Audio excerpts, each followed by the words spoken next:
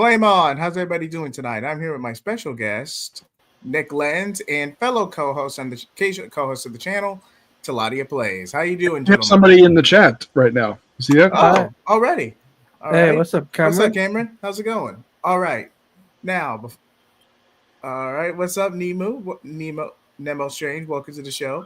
Okay, now let's go ahead and get this out of the way. We are not going to cover spoilers. All right. This is going to be more behind the scenes DCU background stuff. Anything Okay. beyond that will be considered spoilers. So if you've already seen the film or wanted a detailed breakdown, we're trying to give a chance. It's only been a couple of days since the movie officially released in the U.S., so we'll try. So we're trying to avoid that. But if you decide to go ahead, Talati. As it says at the bottom, spoiler free, so we won't be talking spoilers. Yeah. Oh, Tevin's here. Hey, we didn't Jeffy, how's it mention going? we didn't mention Super Sons. No. But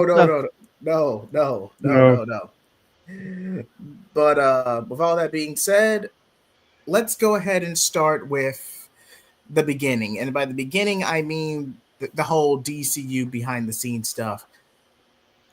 In terms of that, it did what it was supposed to do. It kind of reminded me of Iron Man 08. It doesn't. It's not the best film in the world, but it does what it's supposed to do, especially by trying to get general audiences back with DC. It does what it's supposed to do. Question, Jay. He has why Justice Gang, not Justice League. We have no idea. Honestly, we have no idea because that's what they call themselves in the movie. You could say it's a prototype Justice League, but they're building it up. They're building it up. But honestly, we have no idea. But we do know one thing is that they don't have only Mr. Terrific's costume is 1-to-1 to the comics. But the other stay fair play in the back. That's one thing I can spoil because basically they do show it in the movie. Even though it is Mr. Terrific, but he does have a fair play on his sleeves and on the back, which that's not exactly a big spoiler there. But we'll say that that this universe starts 3 years after Superman arrives. Debuts. Yeah. Yes. The only reason we had all this change per se, there was change of leadership of Warner Brothers, the fact that Black Adam didn't do too well at the box office. No, The Rock is not to blame for that. That probably is due to a bunch of other factors. The fact that we had the Warner Brothers Discovery merger, which apparently is splitting up now for some reason. Allegedly, if Zaslav can find another buyer. But even then, it would take at least 2 years for a deal to go through. Bare minimum. And they just had this merger. What was 5 years ago? I think it was at this merger. The Warner Media Discovery merger got approved in I think it got approved right before COVID, Talati, if I remember correctly. It got approved right before COVID. No, after COVID. Okay.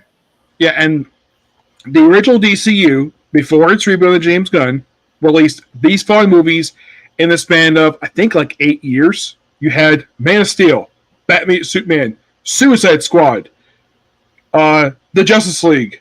Well, there's also Wonder Woman, Shazam.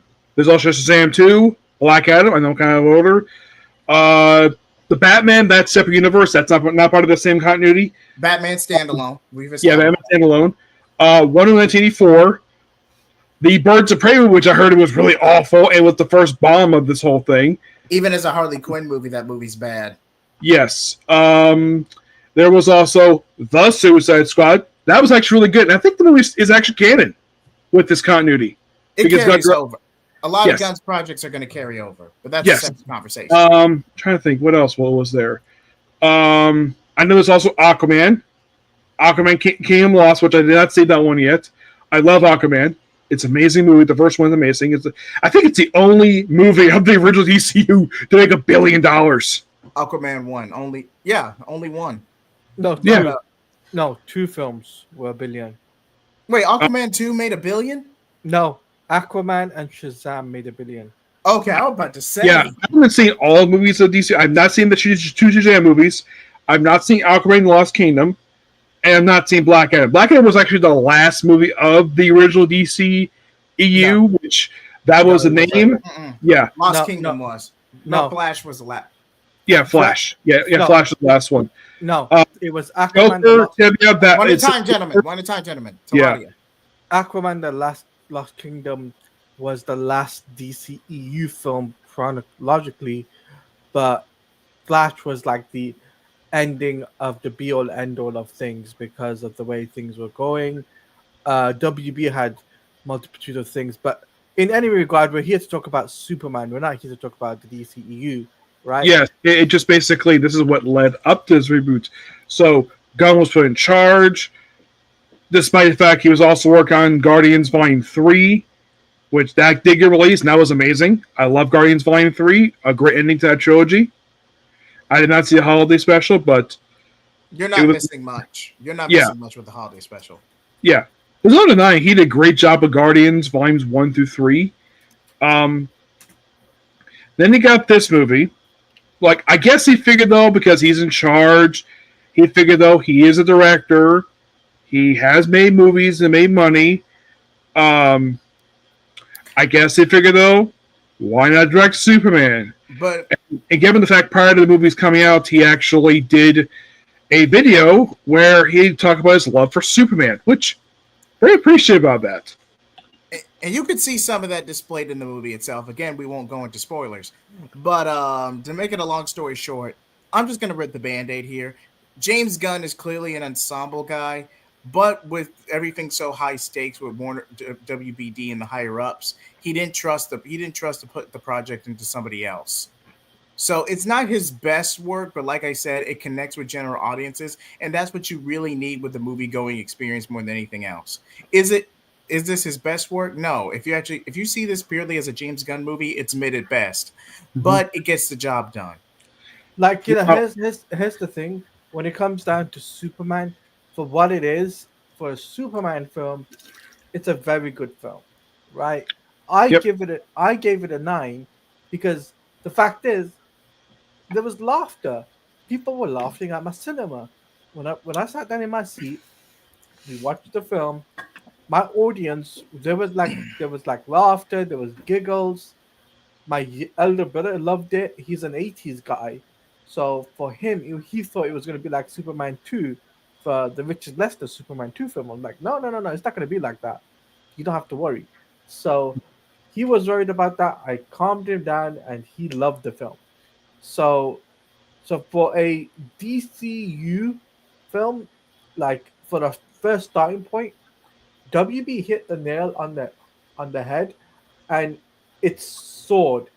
Like, box office numbers are soaring, and the fact that people enjoyed the film, both critically and audience alike, both love the film, says a lot to the company, says a lot to David Zaslav, says a lot to like future. If they decide to sell off the company, it says a lot that WB can sell it off and say, look, we made so much money off Superman. I think the larger question, can they hold on to this momentum? Because they're already pushed Batman Brave and the Bold back. They're already prepping on pre-production for Supergirl Woman of Tomorrow. That's going to come out in early 2026. They've already finished. Involved with that one. They've already finished Supergirl Woman of Tomorrow. Okay, that's in post-production. Okay. Yes, I heard he is kind of loosely involved in the movie because it is based upon his miniseries he wrote for Supergirl. So I would say I heard he's loosely involved with it, but he's not writing it. But he is involved with the movie. Tom King is. I think we could spoil this. The fact that they pretty much included a lot of the more popular members of the Daily Planet staff. Perry White, Lois, Cat Grant. And I think this was her third live action version of the character because, Lois and Clark, Smallville, actually fourth because she also appeared on. There's also people know about the Supergirl one, so this is actually the fourth one. There was Perry White, who once again is black, which I have no problem with that. What about you two guys? I don't mind. I mean, he does what he's supposed to do. He doesn't take anything away from the film, so I didn't Mhm. mind it either way. Yes, Jay, one character I was surprised to see, and you see him in the movie. He's in the trailer. The Daily Planet sports writer, who never appeared outside the comics prior to this. I think his name's Steve. You know what I'm Steve, talking about here. no, I do. Yeah, Steve Lombard. He was in Man of Steel, so blink there a was blink and you miss it cameo, but he was in Man of Steel. Yeah, but this it is a more wasn't a proper cameo. version of the character. I mean, he kind of acts like the version of the comics. He even has a mustache. In Man of Steel, he had a little role, but it wasn't a significant role. But in uh in Superman, he's got the mustache, as you said. Hmm. But there was a lot of things that I felt, without spoiling for people, I felt that needs to be added in, for the what like the digital and DVD and Blu-ray release, Oh, one right? other character I almost forgot to mention who's here, and much better job with this version than it did in Batman Superman. Jimmy Olsen. They didn't even confirm Jimmy Olsen's existence in the DEC. They just used his name They, as a cover. they did. He was in Man of Steel. You remember that scene where, oh, there's this guy named Jimmy who's part of the CIA, and he gets killed right away? Zack Snyder confirmed later on that was Jimmy Olsen. Okay, but thank you for clearing that up, Nick. But back to let's try to keep the focus on James Gunn's Superman. Let's try to Superman, keep the yeah, focus on yeah. that. But So when it comes down to James Gunn's Superman, I think what's really interesting is uh, James Gunn took inspirations from various comics. So you Including the have Smallville TV show, I heard, because Luthor Corp is called that because the other media is called LexCorp. Um, I have heard that he had it called Luthor Corp because he's a fan of Smallville. so yeah, he there was a rumor going around that what's his name was going to be in the film or whatever. I don't know if he was, but yes, Yes, he is. Yes, he is. he's James. he. You can definitely tell by the Guardians movie he reads comics and this movie. If you get a chance to see it, you can clearly tell he loves comic books. you could he probably came up in the Silver Age. But you're gonna have a good time with this movie. Now here's the thing as well. You guys got to forget. You guys are probably forgetting, is that James Gunn promotes the comics more so than Marvel does, which is a significant thing going forward for the DC brand, for the DC Comics brand, for the future of the DC universe. James Gunn is doing right by comics. That's something I give props to James Gunn for. And the fact is that Warner Brothers knows that, look, we're promoting these comics, we're getting these comics, getting Off the people are off the ground. off, no, not Mhm. off the ground. The people are buying them. Older comics. We're talking about All Star, Superman Birthright, Superman for All Seasons. We got Supergirl, Woman of Tomorrow.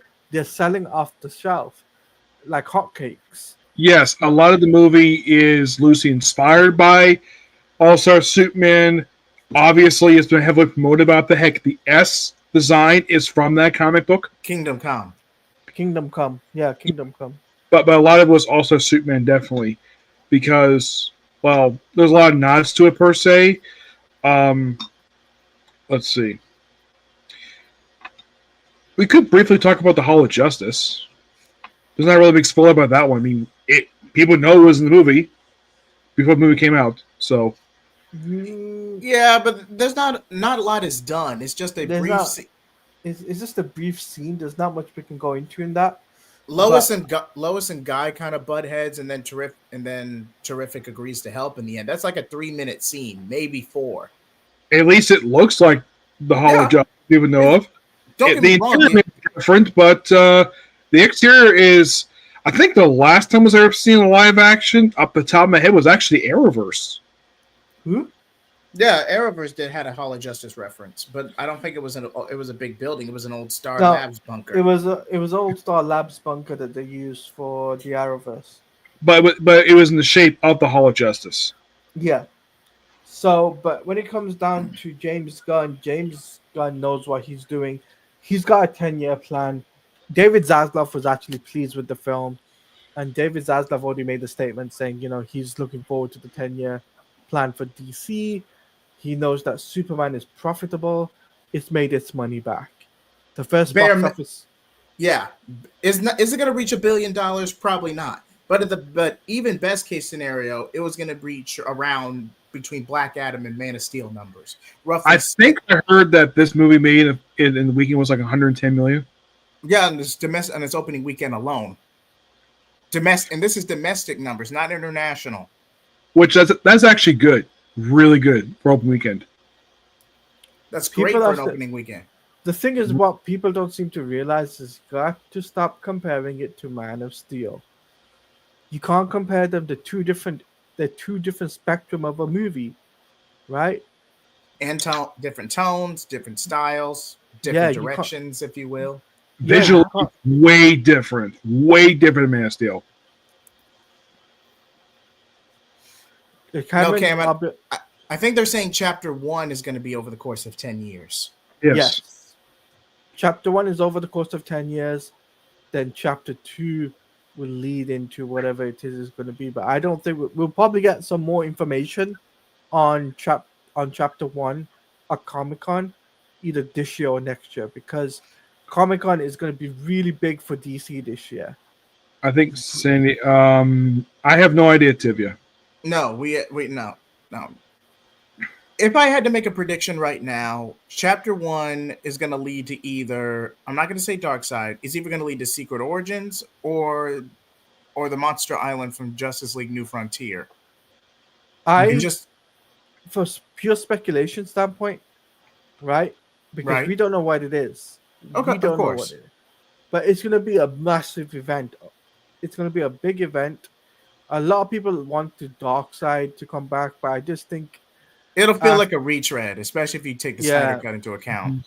It'll be a retread if they do Darkseid. So they need to. Yeah, Darkseid was featured in the original use in the Zack Snyder cut for Justice League.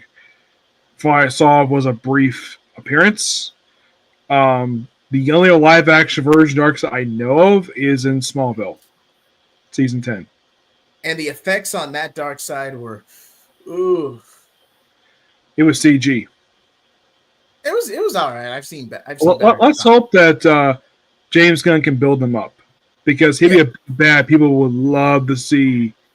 I mean, one thing I love to see them do with Darkseid, build him up as much that Marvel did Thanos. No, way too soon. Way too soon. Kingdom Come, you could probably get away with as a de facto Civil War story, but it would be very condensed. Yes. You just wouldn't be able to do the story justice. Yeah, I heard something that Gunn said this. I'm not sure if it's true, where he said there was no Batman stories to adapt. Did you hear about this? No, but I can tell you one thing though. James Gunn knows what he's doing when it comes down to Batman, and because here's the thing, right now it's Superman and Supergirl are going to be the two entities entering the DCU for the film side. Mm-hmm. They haven't got another film ready to go for the DCU, like a big name. Like they haven't got like Batman. Batman Brave and the Bold got delayed to 2027. I've heard that he's not going to write the script for that movie until after the Batman 2 comes out. Well, Batman Part 2 script is already out. Yeah, he's already given. It's released. That's when he's going to do Batman Bold script.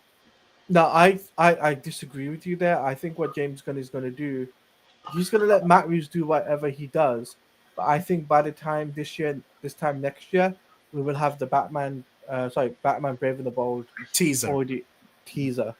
Bare minimum. I'm not going to exactly get a fan cast. I could easily fan cast somebody to be Batman. I mean, I'm not asking Ben Affleck to come back because I'm sure he wants to put whatever would happen with DC behind him. I don't think we're going to have Ron Pattinson do two universes of the same character. they have to pick somebody who actually can withstand the training. What about the guy who played Hawk? And say what you will about Titans being a bad show, but the actor who played Hawk and then left the show to go for Reacher, he could pull off a decent Batman. Alan Richardson. Thank you, Taladia. He could pull off maybe not a decent, good Bruce Wayne, but at the very least, he could pull off a decent Batman. No. Just for love of God, do not bring back George Clooney again. That was stupid hitting on the Flash. So I'll say this though, because we're gonna bring it back to Superman. Jensen Ackles is a better voice actor than live action, but I understand the appeal. What about and he's done live action? He has. Not him. The guy who voiced Batman from Under the Red Hood. Bruce Greenwood? Jason O'Mara. No, that was DeCamu. You said Under the Red Hood. Yeah, there was one. I think it was the trying to think what was the movie. It wasn't Under the Red Hood. I was thinking the movie. It was Batman. It was Son of Batman. Okay, Jason O'Mara. Okay, Jason. Yeah, because he's done live action, and no, he hasn't done. If you saw him in Age of S.H.I.E.L.D., he can easily pull off Bruce Wayne because he has the right size for it. He hasn't done live action of Batman, so you're wrong there. But he's only He has the voice for it, but is Bruce and Batman kind of blur together if he can't lose anything to go by? Yeah, so here's what I'd say though, before we get back to Superman. I think the way WB and DC will do is what they'll do is they'll get the first two films done first, which is Superman and Supergirl. Because once these two films come out, then it's calm, you see, for them to kind of say, okay, we can take a step back a little bit. We don't have to be like chaotic and worry about things. Because you got to remember, from a business standpoint, WB needs to like start they're looking to make numbers. They're not looking to be like casting now and be like, oh, because there's too many things like on writing right now on these films, right? And also, do not rush to Justice League again, because I recently heard the reason why Justice League came so quickly. Warner Bros. Executives wanted it. No, I tell you straight up, it was the WB executives from Man of Steel. Straight up after Man of Steel, they wanted to rush into a shared universe. Because they really wanted to get there, because they want to catch up with the MCU so badly. Because everyday carbon copies, it seems like for the past 12 years, indirectly, Avengers, everybody, all major movies has to be Avengers numbers. And you could say indirectly it's Avengers' fault, but directly it's not the movie's fault. It's indirectly. It's basically studios with their greedy money. That's why certain blockbusters have to make $1 billion every time. Despite the fact they really don't. Yeah. Now but back to Superman. Does it get bloated in places? Yes, but this doesn't completely devolve to where Superman's overshadowed or undermined for the wider cast. Superman actually gets a decent amount to do. Now, yes. Going to the actual pitfalls of the film, I do have some critiques. I'm not going to spoil. Again, we're trying to remain spoiler free, but certain decisions were made kind of skew this film back for me. There was a thing about Hawkgirl. I'm not going to spoil right now. I'll tell you off air. I had an issue with her because she did not do this in any version of the character, and I think you know what I'm talking about. She does some in the movie, and you think, oh, is it her swinging her mace? No, it's not that. It's something she does with her voice whenever she flies. Okay. Anyway. Would you like to just put in the private chat. Put in the private chat, Nick. Put in the private chat. We don't want to say on there. Spoil anything. Yeah, but, anyway. Go ahead, Taladia. When it comes down to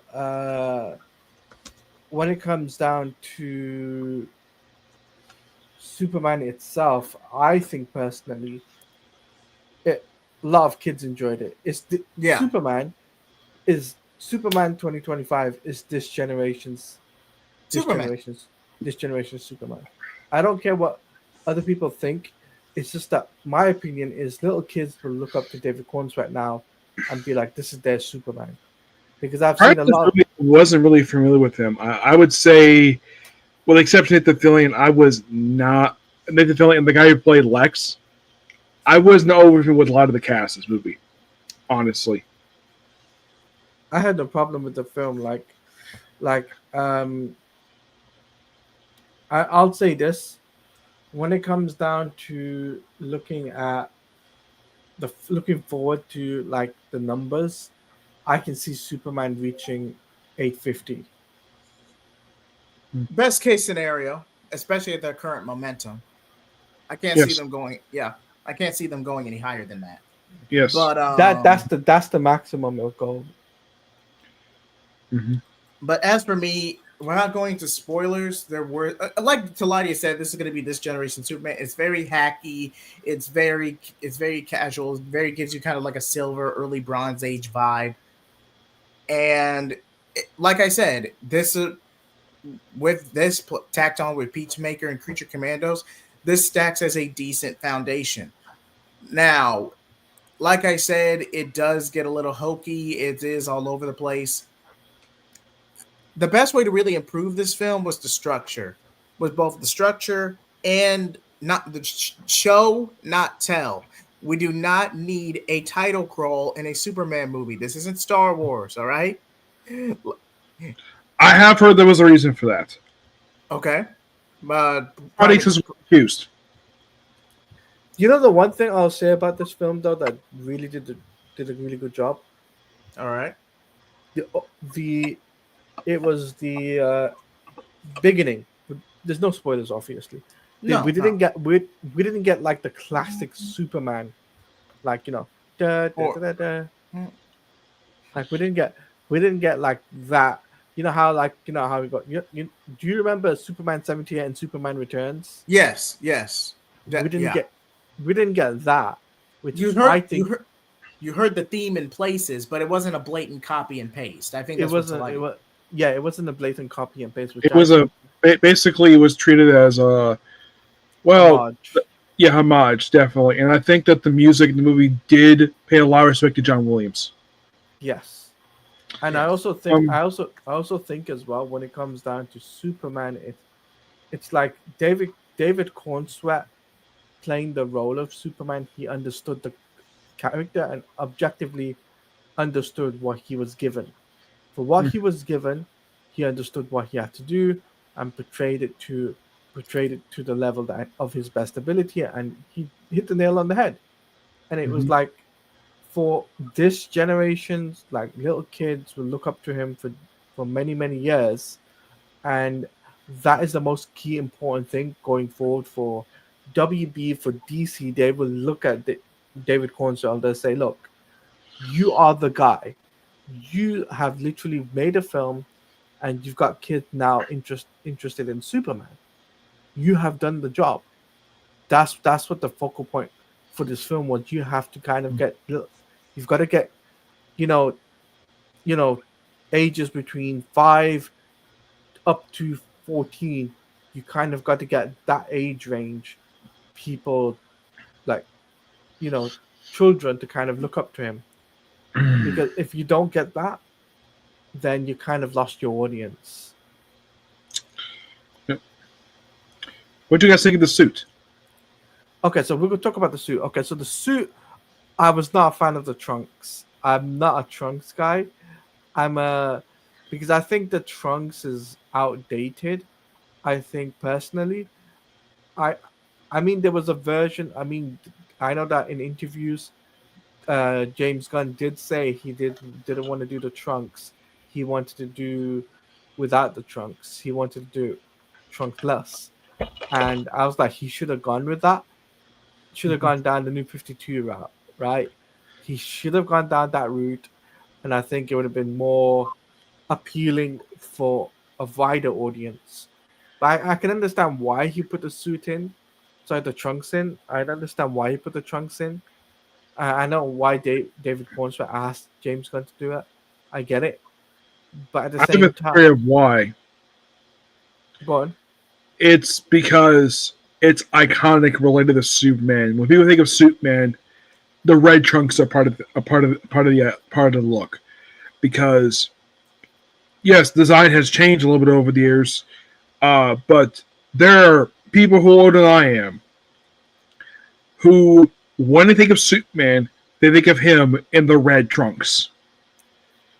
Someone did point this out, though, that the costume he wears looks homemade-ish. Mm-hmm. Like it was actually sewn together. Not like the way it was Man of Steel. This is different material, and you can tell by looking very closely at it. You can probably tell this is taken from classic Superman stories where when Superman started his career as Superman, Martha Kent sew his costume. The cape, I think a couple versions of the story I've heard, the cape was actually his blanket when he was a baby, when he first came to Earth. Surprisingly, and this is not really a big spoiler, you do not see the spaceship at all. Okay. Yeah. Now, and that is a very good point. Nick. But to get us back on track, yes, this is not an origin movie, and I know people are sick of origin movies, but origin movies build a foundation. They work for a reason, especially in terms of structure. But with that being said, it's like you're pulled halfway through another story when this movie begins, and then just everything just expedites on from there. It's like, at least with Justice League War had a similar setup, but at least that was just one big fight scene from beginning to end. You didn't have to focus so much on story. Yes. I think in the case of why, aside from the origin story thing being done to death for some movies, I think in the case of Superman, a lot of people know his origin story. So even Gunn knew this too. He probably didn't include it because he probably didn't think it was necessary. Even though, yes, he included in the text that acknowledged the fact, like, didn't really acknowledge his childhood per se. There's a small nod to the movie per se, but it's not like there. And I have heard that Ma and Pa Kent are based upon farmers that he knew in Missouri. James Gunn. Their personality, that is. That's why they act the way they do in the movie, which I was a little off, like, really? Because normally, whenever these two appear, they're usually picked as normal people. Not like this, per se. Not, like, different. This is a very different interpretation of the Kents. Yes, they're very loving parents to Clark. Very loving parents. Except that just a personality is just so different from different interpretations of the characters. So I know Tevi is asking us a question. Let's answer that question. It's about the engineer Angela Spice. I have heard the reason why she's here is the Authority movie. That's really the whole purpose of the character. She was definitely interesting. I love her. I love the stuff they did with her. Not exactly really spoiler. There's a really cool moment. Now, you kind of see it in the trailer where Superman's robots are attacked. And in the movie, there's a tiny spoiler. You have Lex walking, and you have the Blade just walking past him without touching him. And Lex walking a badass moment to the main computer for the Fortress of Solitude. I'm not going to explain how he knows it, because you have to watch the movie to figure out how he gets there. Because, yes, he did this all of Superman 2, but in the movie, there's a reason why he didn't find it. In Superman 2, it was by complete randomness that he's able to find the Fortress of Solitude in that movie. Right? Right. For some weird reason, because when you look at pictures of Angela Spice in the comics, her metal is silver. In the movie, it's black because it's nanites, per se. And there is connections to Suicide Squad, but I'm not going to say what they are. You have to watch the movie to basically understand what I'm talking about. But Lex himself comes off, I would say, similar to how he was picked back in the 80s, kind of, but without hair. He does have a Hob Haybecker. Apologies if I mispronounced that. He does have a Haybecker. Like I said, there's a lot of similarities to Superman 78 and Superman Returns, but it's not a direct copy and paste. They try to make it their own, but there are some homages and callbacks to it. But as for the engineer, like Nick said so poignantly, it is to help to set up the Authority, but as a henchman or supporting villain, she did what she was supposed to do. So I without going into spoilers, I can't really say anything good or bad without going into spoilers. I think it was actually announced that the Authority was, I think, going to be part of the lineup, but no confirmed date with that one. But I will say that, though, if I had to say something about it, a lot of Authority you could have just swapped out. You could have just introduced Mercy, and nothing in the movie would change. Mm-hmm. Mercy Hargrave, especially nowadays in current comics, where she actually does have similar abilities to Engineer. Taladia, what do you think? Mm-hmm. I really enjoyed the Engineer, and her portrayal of it was very interesting. It wasn't like, you know, not interesting. I felt that, I want to see more of the Engineer, right? I do want to see more of the Engineer. Like, I want to see her with the other characters from the Authority. I would like to see that. Um, because we know there's an Authorities film, that DCU wants to, the DC Studios wants to do, but it's like, personally, for a character that's just been introduced on the big screen, it was a positive thing. It's not a negative thing. Like, did we have, for example, if we got, I don't know, let's say, not Catwoman, uh, a DC, Superman, a Superman character that is based around Superman. Volcana, Maxima, Yeah, someone if like we, that. if it would have been interesting if we had that instead of the Engineer. Mm-hmm. Yeah, if you're We're not gonna, familiar with if you're familiar with the source material, you can't. I'm not gonna. We're not gonna spoil it, but yeah, we're not gonna. We're not we're gonna not gonna, spoil. we're not gonna spoil that, Tevia. Sorry, we can't do that. Yeah, they let go spoil Toby. As for Cameron, the whole thing with a business aspect, there's a mistaken assumption that Lex was always a businessman. But the He thing is. is that was established back in the 80s by Yeah, John Byrne. Prior to Crisis, he was just a mad scientist. scientist. Yeah, mad scientist. Um, yes, the movie itself. Yeah, I do agree with him that there's a bit of a Silver Age feeling with Lex, but it's a amalgamation of Silver Age Lex and post Crisis Lex, in a way. That did make him come across.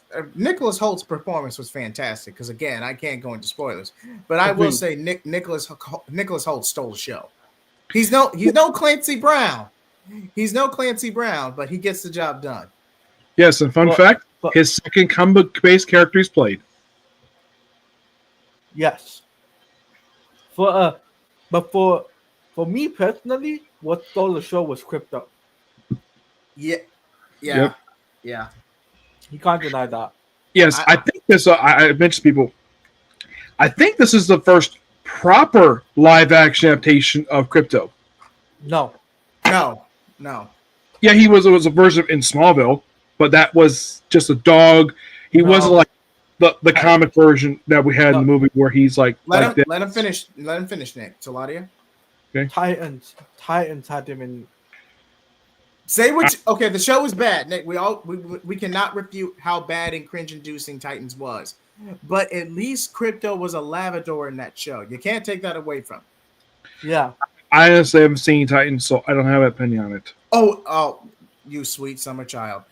Do not watch Titans. No. I have heard Liefeld did like the interpretation of Dove in the show. It is cringe-inducing. Like, you cannot get through Titans with a straight face. You're just not going to be able to. I just thought it was kind of weird when they promoted the show. Like, here's Dick Grayson, an adult, and he's still Robin. I'm like, it was weird seeing that. which to an extent happened in the Percy run and the Bronze Age and all. Well, I would say pre-crisis to an extent, but that was a post-adolescent Grayson, fresh out of police academy. That was that was a post-adolescent Grayson trying to grow into his own. Probably no right at 18 to 19. In Titans, he acts like a 23-year-old pulling this crap. And also the thing of like F Batman. I'm like, that's not something that Grayson would say at all. Jason, yes. Dick, no. Dick would not say that at all. Because Dick, if you read any comic featuring him, he has never dropped a swear word in the comics. He's very clean. Which is ironic because he is a circus performer, and circus performers do have crude accents. Yes. Now, does Jason Todd swear in the comics? Kind of. Not as much as you think. Damien, a little bit, but not too overt. No, Damien has a sense of class to him, or at least the way he acts. Now, does Tim? No, he does not swear at all. Tim is also very clean. Similar to Dick Grayson, but he keeps his mouth very clean. But yeah, back to Crypto.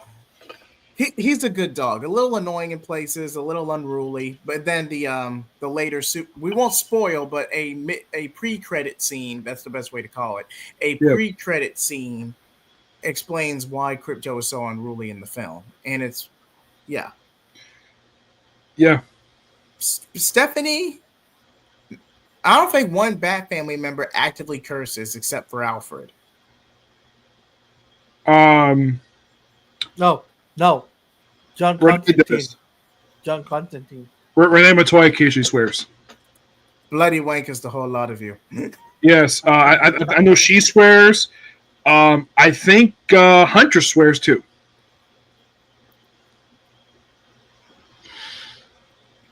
All right. So, anyway, is there anything else you want to add, or? We could do a quick Q&A. Since we got a few more minutes. But remember, guys, no spoilers. No spoilers. Yeah. But we'll go around the panel. Taladia, you go first. Without going to spoilers, what'd you think about the film? Any positives? Any nitpicks? Try to avoid spoilers as much as you can. I'll say the positive outweighs the negative for me. I think for me it was a fun film. For me, it was like something that I would go and see again, and I'm planning to go and see again anyway. Okay. And it's like a film that I would recommend people checking out. If you got young brothers or sisters, take them to the cinema to go and see this film, because they will enjoy this film as much as you will. Because for them, it'll make them feel Superman. It'll make them look up to Superman, right? So I'll say that much. How do Tevye, to answer your question? How do I feel about the role? He plays a role. Without going into spoilers, he plays a role. Also, he's not called that in the movie for some reason, even though people can clearly see that's Metamorpho, who are comic fans. They just call him the Element Man. It's not really a big spoiler, but that's a nickname of his. But I'm not sure why they call him that for, despite the fact you can just call him Metamorpho. I'll say this, though. If I had to give a rating for this film, it's still a 9 out of 10 for me. Straight up there. It's still a 9 out of 10. The only 1 point deduction, it was too short. It just finished too quickly for me. And I was just like, man, I wish I was there for another 20, 30 minutes. Yeah, that's another that's another fault of this movie. I can understand the higher-ups wanting to play it safe with this one, but this should bare minimum been 2.5 hours. This should not have been 2:10. You easily could have gotten 2 hours, 20 minutes. I think the reason why is because I think I have a theory because Deadpool Wolverine was about this length, and because I guess some people figured a movie that's 2 hours, plenty of time, pack the theater.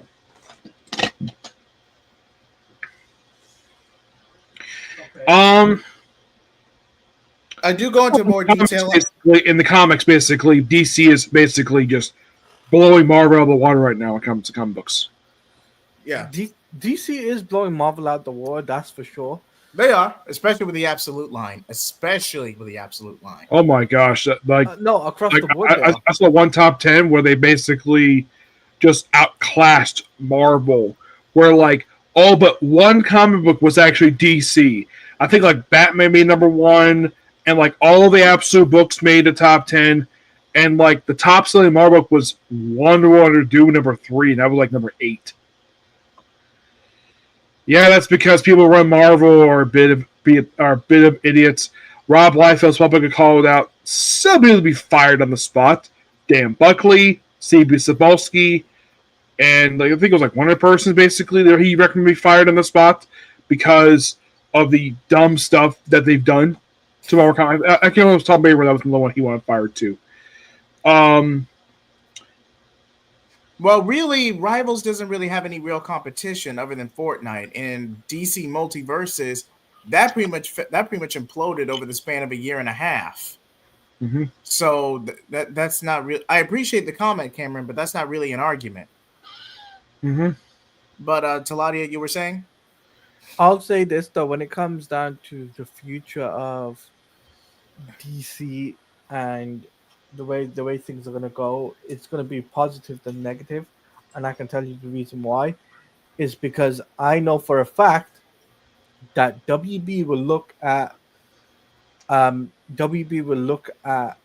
DC gaming aspect and they'll go, we need to start working on that, right? Right. I know Nemo what you're saying. How is DC handling Superman games? You said they could have games connected to the movies. There is plans for that. James Gunn has actually said that.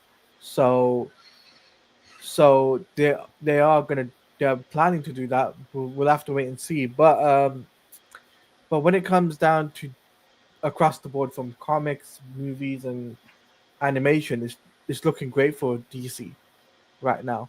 It's Yeah, not looking. Marvel right now, the only animation I've seen on the air right now is Spider-Man Amazing Friends, the preschool kids one that my niece watches, but as anything else besides that, I don't think there's anything else they put out right now. No, they haven't. And Marvel have only got like a set certain things compared to DC, where DC have got like My Adventure with Superman, My Adventures with Green Lantern. You've got Batman Cape Crusader season 2. You'll have, you know, DC have got a plethora of animation coming up. They've got they've got Kite Man. There's so many projects that animation is coming up with for DC compared to Marvel. It's unbelievable, but It's like Marvel doesn't have any focus when it comes to animation. like animation. They do have focus on movies when they feel like put out a good one. I didn't see Thunderbolts, so I do not have. So if anybody asks about Thunderbolts, I have not seen it, so I do not have opinion on it. Kite Man getting a series is interesting, even though he's like a C-list villain. I think that's weird. You think so? He got a lot of notoriety during COVID, so I think also Harley Quinn. Yeah, that's understandable. No, but Tavia, what I'm saying is though DC did that. DC did a Kite Man show. That's what my point is. DC did a Kite Man show. DC has done a Harley Quinn show. DC have done. They're doing so much with animation. It's very interesting. And in the comics space of things they're doing, you got the Absolute Universe, you got DCKO just announced. And then on furthermore, it's like they're working towards this big event. So it's something big that DC is doing in the comics space of things. As far as I can tell, for events wise, the only major ones I haven't finished reading yet was that crossover with Batman, Superman, the World's Finest, and Justice League, but company wide. Nothing really big is out right now. I mean, there's been small ones, but not big ones. They've just announced a DCKO event. Okay, that's news to me because I've been busy watching anime, so I've not had a chance to pay attention so much for comic news very much. Okay. But in terms of gaming, I can tell you straight up, guys, up front that we're getting another Batman game. So that's a given, guys. So DC I at think least Batman games over the years tend to do really well, with the exception of Batman Vengeance. I heard that game was terrible. I played a no, little bit, it's not that good. but they're pivoting back. They've told Rocksteady to pivot back to Batman Arkham. So, Mm. or they're doing another Batman game. So in any case, we're getting another Batman game, and WB will look at it this now, and they'll say to DC Studios, stop putting out your DC games. So so there's that. Any more questions you guys have for us?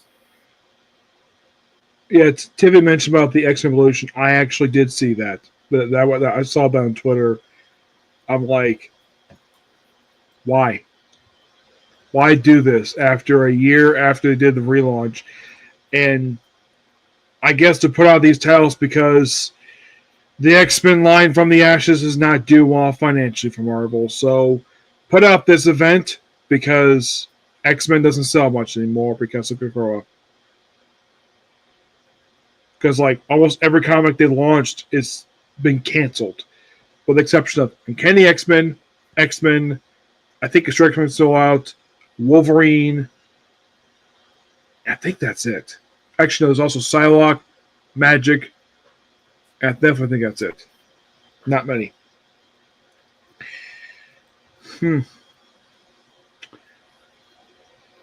Handheld games. They've had. There's been handheld games in the past.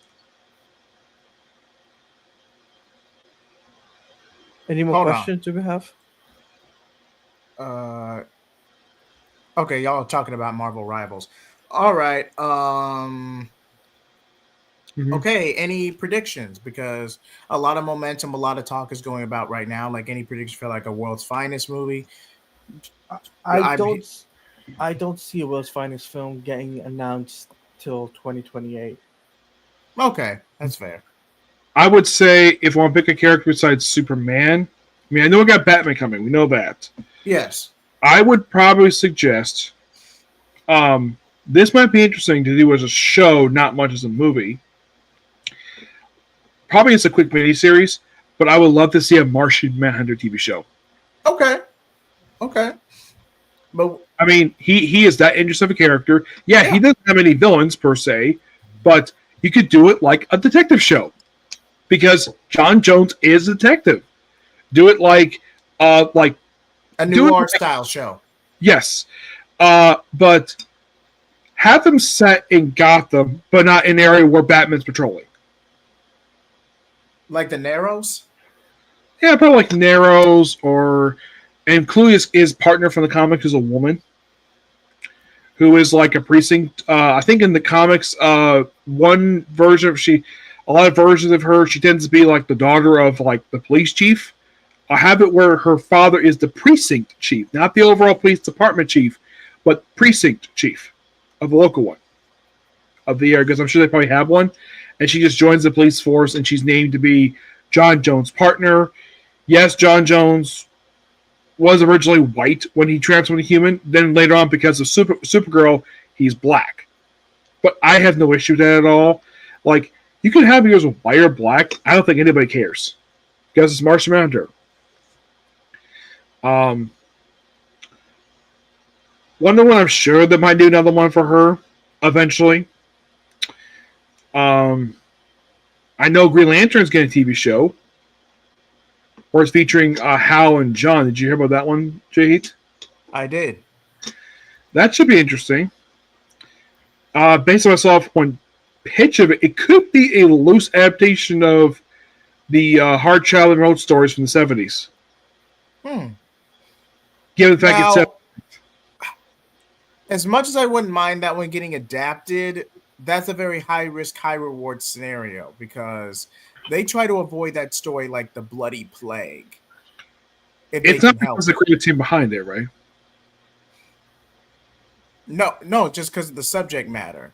It can work well for because of the subject matter, because of what happens to Roy and his addiction. But in a modern setting now, it can lead to backlash if executed poorly. Is what I'm trying to say. Mm-hmm. Let's see. Oh, Wait, Marvel's getting a Gargoyles crossover? That's interesting because Gargoyles sponsored by Dynamite. Yeah, that's weird. Because Marvel, up until very recently, for some weird reason, has stayed out of the intercompany crossover game, and now they're back in it for some weird reason. Because we had the you saw the I think I did read it the Batman Deadpool one shot. I'm like, really? Of all the one shots you start with, you start with Batman And okay. Deadpool. Yeah, a weird combo. A comedy character and someone who's serious. I see the contrast, but you might as well. Okay, a better matchup would be like Nightwing and Daredevil, or someone who's notorious for being a quit machine, or Deadpool and Guy Gardner, Deadpool and Booster Gold. There were better matchups. You didn't have to go purely for IP, purely sake for popular IPs. Or here's another one. Did you know there was a script for a third? I think it was another Batman Daredevil crossover that was never published. Adapt that for a comic. Interesting. And I think this other one would be really cool because the first two ones they did in the 90s were amazing. Batman and Spider-Man. They've had creators work on both. That might be interesting. I have heard because you ever noticed though, basically ever since they did Batman Spawn, the one that came out a few years ago, they haven't done another one. Do you want to know why? Why? Why? Todd McFarlane lost the license to make DC toys. That's why. Apparently, it was real Comic Pop that the guy who hosted, he kind of begged them to do another one. Batman Spawn. And this one is, I've read it, it's actually really good. It's loosely based in the Spawn continuity, but not much in the Batman continuity very much. Because it's written by Todd McFarlane, but the artwork is done by Greg Capullo, who had done Spawn in the past. Because when people think of Greg Capullo in like the last decade, what character do people think of first? Batman. People forget. People probably don't. I think this one shot probably was people gateway into his Spawn work, which is all in trade. The entire everything he drew for Spawn is all in trade paperback. In the Spawn Orders collection and the Spawn Compendiums, which I think was collecting 2 of them because he did a lot of them. All right. So, any final thoughts, gentlemen? It's a good. Go on. You go first. Hold on. It's a good. Go ahead, Nick. Go ahead. I love this movie. This movie is amazing, and if you love Superman, you probably would love this movie because it's definitely what the title is selling you. See, you want a Superman story, you get one with this movie because Superman. Yeah, the Justice League are there, obviously. They're set up the universe, fine, but Superman has done something like this in the past where he's interacted with characters in his own comics, so this is nothing new. They're not the primary focus of the movie, but they are there. Now, as for me, like I said, I give this a 7 or 8 out of 10 because of the obvious. Because of course, I'm not going to tell them now because of spoilers. The spoiler review is going to be a separate video. But yeah, as for me, you'll enjoy it. Yes, because James Gunn is more known for being an ensemble guy.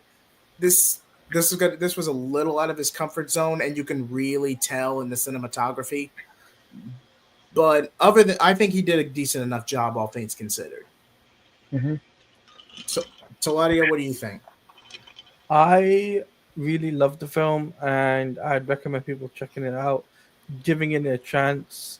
And to be honest with you, it's still a 9 out of 10. And if you guys haven't checked it out yet, please go check it out and give it a shot and give it an opportunity to watch the film.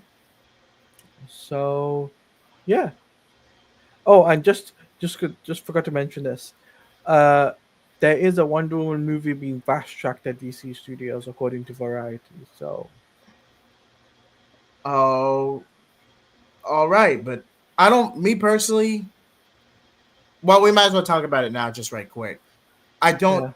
I don't see this being within Chapter One. She'll debut closer to the end of Chapter One, leading up to Justice League. But her new solo movie, if it is a solo movie, it'll be the start of Chapter Two. That is my prediction on that. That would just be the safest option business wise if you want to deviate from Gal Gadot and the DCEU as much as possible. I'm sure we're going to get a new suit for her. Oh yeah.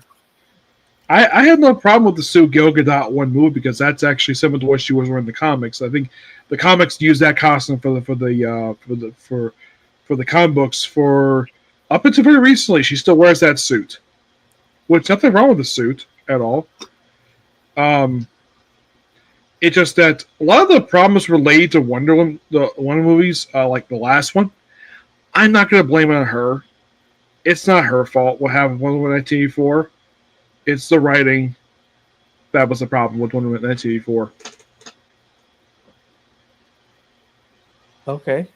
Yeah, because Yeah, I'm a fan of 1984. I enjoyed Wonder Woman 1984. I saw it with my dad. I think it was terrible. Just a lot of people didn't like it. So, by the way, Tevia, fast track meaning it's good. Just to let you know now, fast Yes. track means good. it means it's boosting up in development. It's And plus, they probably have faith in it. yeah, so WB has faith in it. So that's what fast track means. Okay. But now we're wrapping up. All right, guys. Anything you want to promote? Anything you Yeah. got coming up on the channel? Saladia, I do. go. As for me, guys, you can check me out on YouTube at Taladia Plays. Next Friday or Saturday, I'll be doing a spoiler stream for Superman, as we're going to James Gunn Superman, as we're going to be discussing Superman at extreme length. I'm giving you like a 1 week warning, so this is a perfect opportunity for you guys to watch the film. So by the time Friday or Saturday, we'll be doing a spoiler stream. And this week, sorry, Bless you. But you. thank you. As for this week, though, I have going to be posting up my interview with the Geek of Shiv for the podcast of which is Into the Multiverse of DC Comics podcast, where you guys get to see her origins, get to know a little bit more. So that will be posted up on Friday. So stay tuned for that. And yeah, and guys, I'd recommend you guys checking out Superman if you haven't checked it out yet. All right, Nick, how you? Anything you want to promote? Because I know you've been doing a lot lately. Yeah, I have more anime videos coming, and I have Comic Corner coming up. Oh, okay. We're straight to the point tonight. All right. Oh, and by the way, just forgot to mention, you can follow me on social media at Taladia Plays _. There we go. And you can subscribe to my YouTube channel. And you can subscribe to Taladia. And if I don't have them in the description, I will repost with both of their information so y'all can subscribe as well. Mhm. But as for me, as y'all know, I have multiple videos coming out. I have the Ironheart review. I'm starting a new series on Wasted Potential, starting with DC's Respawn. I'm gonna go ahead and get those out of the way before the end of this week, hopefully. Also, my spoiler-filled Superman 2025 review 2 weeks from now as well. So I'm gonna give more time for people to watch the film if they decide to. And I'm collabing with Nick Lenz on DC Solicitation, since that should already be out by now, but we're pushing for Saturday. But we're pushing for Saturday. And now the Anime Blaze Overlord, and hold on, let me do this right quick. Overlord Sacred Kingdom movie. Thank you. Overlord Sacred Kingdom. Yeah, that's going to be bumped up to Monday because admittedly I have not had time to see the film. But I think it's on Crunchyroll. Thank you, Nick. Thank you. And a Tomorrowverse retrospective. I'm still planning on collabing with you on that, Tevia. I just need to set a date for that. And of course, after a long-waited journey, a movie review on Deadpool and Wolverine. I just got with my brother Kid Takeoff. We're down for that. We're all good to go on that. We just need to set up a date. And Comic Plays. Oh, Comic Blaze. And Nick, hold on. Let me take myself out of solo real quick. And what is going to be the next topic for Comic Blaze, Nick, if you want to go ahead and share for our viewers? John Byrne's Man of Steel. Which is perfect timing because basically the movie, you could say, takes cues from that. So it'll be a fun time. Oh, one last thing. New Direction Verse will be coming back with Heroes in Crisis. That I'm also going to be planning with Jared soon. So stay tuned for that as well. I almost forgot to bring that up. With all that being said, anything else you guys want to add or contribute? Wonderbat. I'm not. I played it last night, Taladia, but I appreciate the energy. All right, like, comment, and subscribe. Thank y'all so much for enjoying the stream. Good night, everybody. Peace. Flame off.